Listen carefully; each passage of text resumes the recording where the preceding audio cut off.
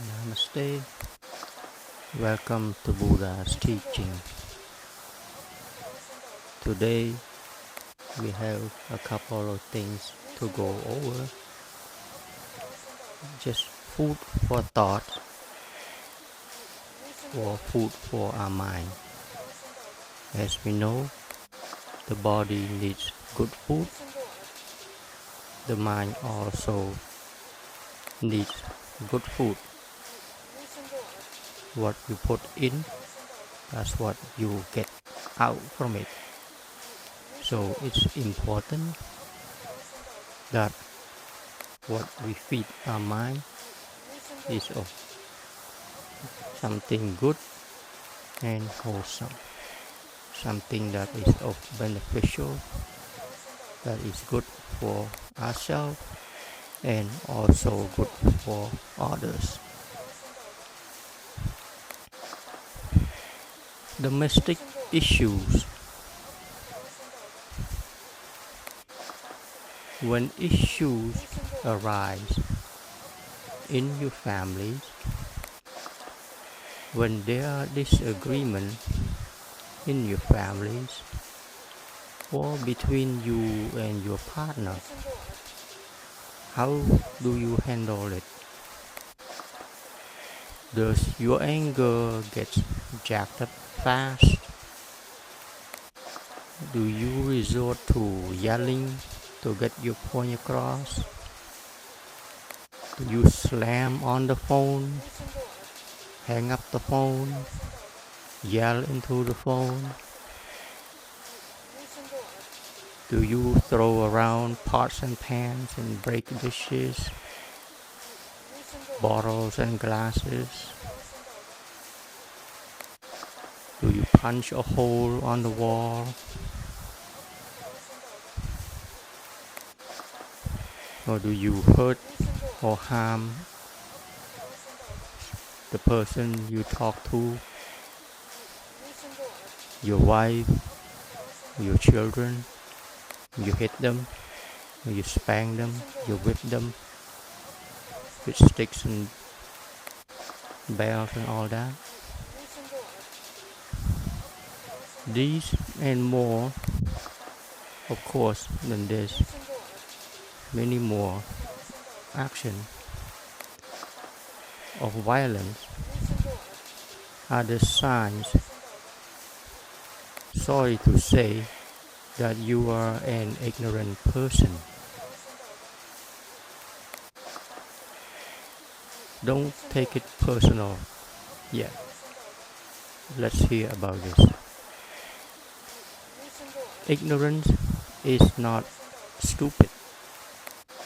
Okay, make sure you understand this. Ignorance does not mean stupid. An ignorant person can be a doctor, a lawyer, or a very, very successful business person.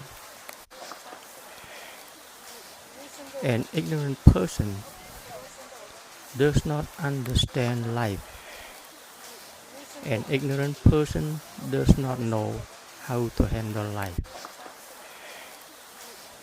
When you live life without understanding it, you will bounce around from one suffering to the next.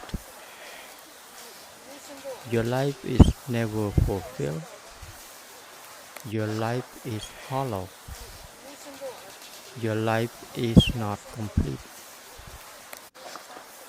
If you have any of these signs mentioned above, you will want to educate your mind. You need to learn why your mind is like that and how to move away from these defilements so you can have a more peaceful, happier life. And to study about the mind, there is no other teacher in the world who is better than the Buddha. As you all know, the Buddha teach about the body and the mind. And in a lesson playlist, that's what I've been covering, the study about the body and the mind. So if you want to learn about your own mind, go check it out.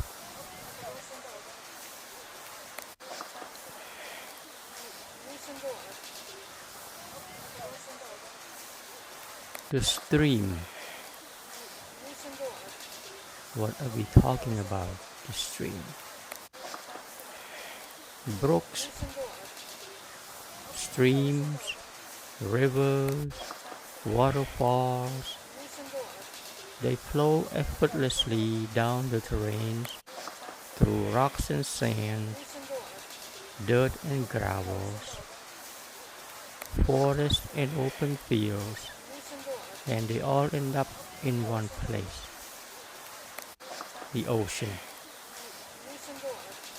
Throughout their journeys, they encounter logs, big and small, rocks and boulders of all shapes and sizes, landscapes that lead them left and right, but not one moment the stream complains about them as obstacles, as barriers that slow them down. The stream just simply move around and continue their way to the great ocean. Life is like that, a stream. Our life is a stream of consciousness, which is the mind. Our body is the representation of time. The time that our consciousness flows, the time that our consciousness plays. What character are you choosing to play? A funny character, a sad character, an angry character, or a nice character? Which one? At the end of time, which is when the body stops working, that means when the river meets the ocean, the journey is done. All water becomes one. All consciousness become one.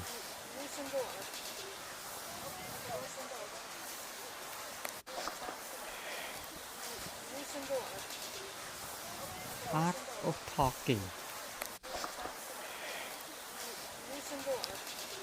Know your audience.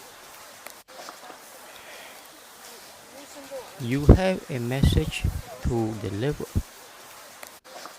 The message can be a lesson, an advice, an idea, an opinion, or even a joke.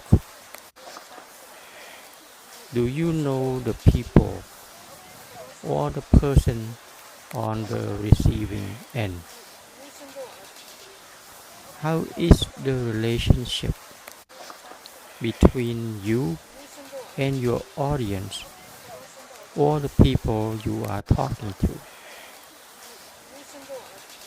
Do you have a good relationship with them?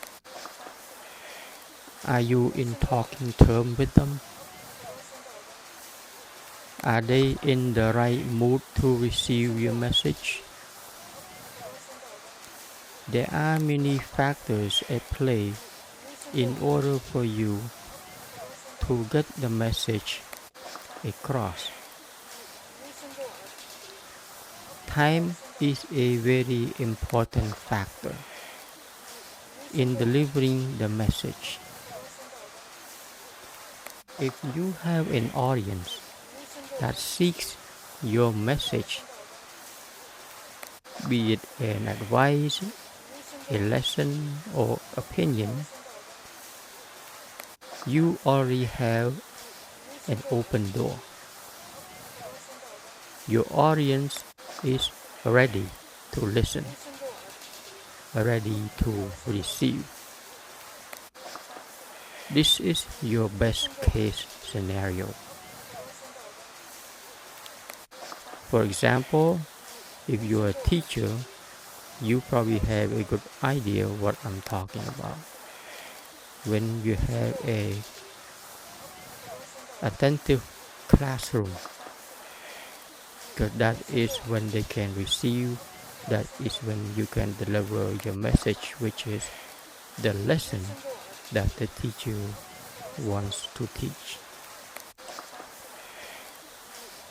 But life in general doesn't always work that way.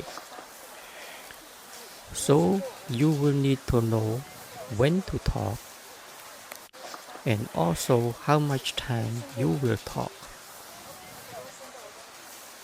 If you're not in good talking terms with the other person or group, it's better not to talk, because your message will go nowhere and it could only add fuel to the fire. Emotion is another important factor in delivering your message, your idea or opinion. When the emotion runs high, you need not to talk. Your message will not be well received or not received at all. So, what's your audience? Is it a work group meeting? Your message needs to be concise, straight to the point, and don't use too much time. Also, offer Q&A at the end. Always expect pushback and correction from your peers. It is good to listen. Never expect that your idea will be received 100%. Oftentimes, the recipient does not agree with your message, but they keep it to themselves. What if you have a message for your family members, your spouse, your children, your siblings, or your parents? First and foremost, are you in good talking terms with them? Is your relationship good with them? Or are you in the middle of an argument? Remember that when the emotion is high, nobody listens to anybody. People raise their voice and trying to get their message across to you. There is no listening. The message is lost. Ask yourself this question. Would you listen to the person you don't like?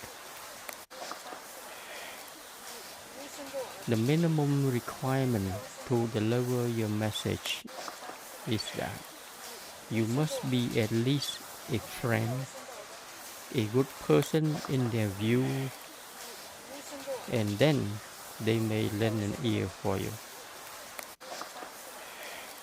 So, if you have a message to deliver, an idea, a presentation, a lesson, and advice, Keep these rules in mind. Is the person or the audience ready to receive? That's number one. Number two, do you have good relationship with the receiver?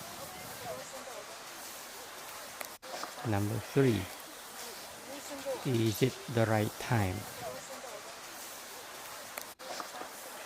Number four, is the emotion high or pleasant? Number five, keep your presentation short and concise to the point. And number six, last but not least, don't expect 100% approval of your message or idea. Namaste.